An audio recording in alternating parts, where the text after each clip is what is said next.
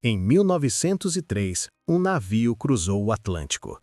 A bordo, um jovem italiano de 21 anos. Ele tinha $40 no bolso e uma ideia. Uma ideia que mudaria o mundo das finanças para sempre. Seu nome era Carlo Ponzi. Ele não veio para trabalhar, ele veio para ficar rico. Mas a América não o recebeu de braços abertos. Seus primeiros anos foram uma sucessão de fracassos. Trabalhou como garçom, lavador de pratos, em empregos que mal pagavam a comida. A ambição era grande, mas a sorte parecia virar as costas. Até que, no Canadá, a primeira mancha. Ponzi foi preso por fraude de cheques, passou 3 anos na cadeia, depois deportado de volta para a Itália. Mas Carlo Ponzi não era de desistir. Ele tinha um plano para o qual a América ainda não estava pronta. Boston, 1919. O mundo tentava se reerguer. A Primeira Guerra Mundial havia deixado um rastro de destruição. Famílias sem dinheiro, soldados voltando sem emprego. E no meio desse caos, Ponzi, de volta aos SA, fazia bicos. Foi então que ele recebeu uma carta da Espanha. Dentro, um cupom postal internacional. Esse cupom era um mecanismo real, criado para facilitar a troca de selos postais entre países. Você comprava um cupom em um país e ele podia ser trocado por selos no valor equivalente em outro. Mas havia um detalhe crucial. A guerra havia desvalorizado as moedas europeias. Um cupom comprado na Itália por, digamos, $0,01 podia ser trocado nos SA por selos que valiam 5 centavos. Uma descoberta, quase um sussurro. Uma arbitragem cambial perfeita. 500% de lucro em cada transação. O plano parecia legítimo. A semente estava plantada. Ponzi não perdeu tempo. Ele fundou a Securities Exchange Company. Sua promessa? 50% de lucro em apenas 45 dias. Uma taxa de retorno que nenhum banco, nenhum investimento legítimo poderia sequer sonhar em oferecer. No início, apenas amigos e familiares. Eles investiram pequenas quantias e Ponzi pagou. Mas não com lucros reais da arbitragem de cupons. Ele pagou os primeiros investidores com o dinheiro dos novos investidores. O ciclo começou. O dinheiro começou a fluir.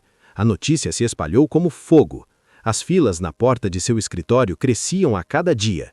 Pessoas comuns, trabalhadores, imigrantes, todos queriam uma fatia do bolo. Ponzi contratou vendedores, pagando comissões generosas. Eles espalhavam a palavra, prometendo riqueza fácil. Pessoas hipotecavam suas casas, vendiam suas economias de uma vida, tudo para investir no gênio Carlo Ponzi. A máquina estava em movimento, e ninguém parecia se importar de onde vinha o dinheiro. No auge, Carlo Ponzi recebia $250 mil por dia, uma fortuna inimaginável para a época. Ele comprou uma mansão luxuosa em Lexington, comprou um banco, o Hanover Trust Company, para dar ares de legitimidade ao seu império.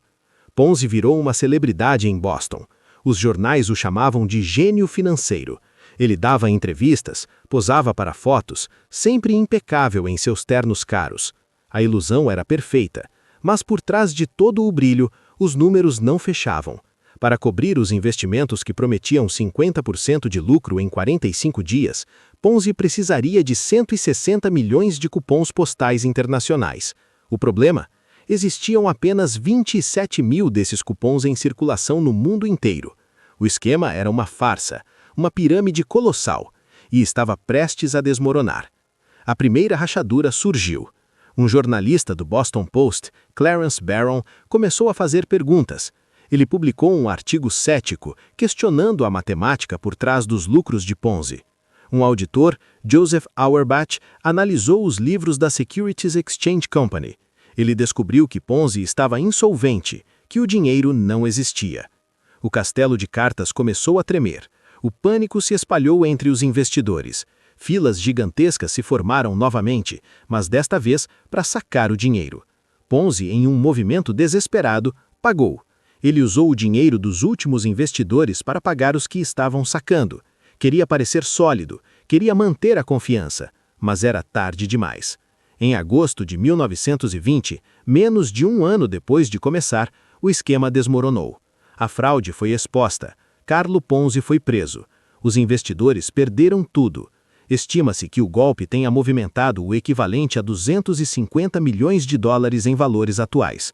Uma fortuna que evaporou, levando consigo as economias de milhares de famílias. Ponzi foi condenado, passou anos na prisão, depois foi deportado para a Itália, mas a ambição nunca o abandonou. Ele tentou novos golpes, no Brasil inclusive. Morreu pobre no Rio de Janeiro em 1949 com menos de 75 dólares no bolso. Uma ironia cruel para o homem que prometeu riqueza a tantos. Mas seu nome virou sinônimo do golpe. O esquema Ponzi se tornou um termo universal para qualquer fraude financeira baseada em pirâmide. E o pior, o esquema não morreu com ele. 80 anos depois, um homem chamado Bernie Madoff replicou o mesmo golpe, em uma escala ainda maior, 65 bilhões de dólares. A mesma promessa de retornos impossíveis, a mesma ilusão de legitimidade, a mesma ganância, o mesmo resultado. Milhares de vidas destruídas. O legado de Carlo Ponzi vive e continua a fazer vítimas. Por que as pessoas continuam caindo no esquema Ponzi? A resposta é complexa. Ganância, claro. A promessa de dinheiro fácil é sedutora, mas também a pressão social, ver vizinhos e amigos enriquecendo, a falta de conhecimento financeiro, a confiança cega em quem parece ter sucesso. O esquema Ponzi ainda existe hoje. Ele se disfarça em criptomoedas milagrosas, em pirâmides digitais, em investimentos que prometem retornos garantidos e impossíveis. A história de Carlo Ponzi é um lembrete sombrio. Se algo parece bom demais para ser verdade, provavelmente é. O jogo do dinheiro e do poder acontece nas sombras. Nós mostramos o que eles tentam esconder. O caso de Carlo Ponzi é apenas a ponta do iceberg. Todos os dias, bilhões de dólares mudam de mãos nas sombras, bem no ponto cego da sociedade. Se você quer entender como o jogo do dinheiro e do poder realmente funciona, inscreva-se no canal agora. Ative o sininho para ser o primeiro a assistir à nossa próxima investigação. Deixe o seu like para que a verdade alcance mais pessoas. E comente aqui embaixo qual outro grande golpe você quer que o Ponto Cego investigue. Nós somos o Ponto Cego. E até o próximo vídeo.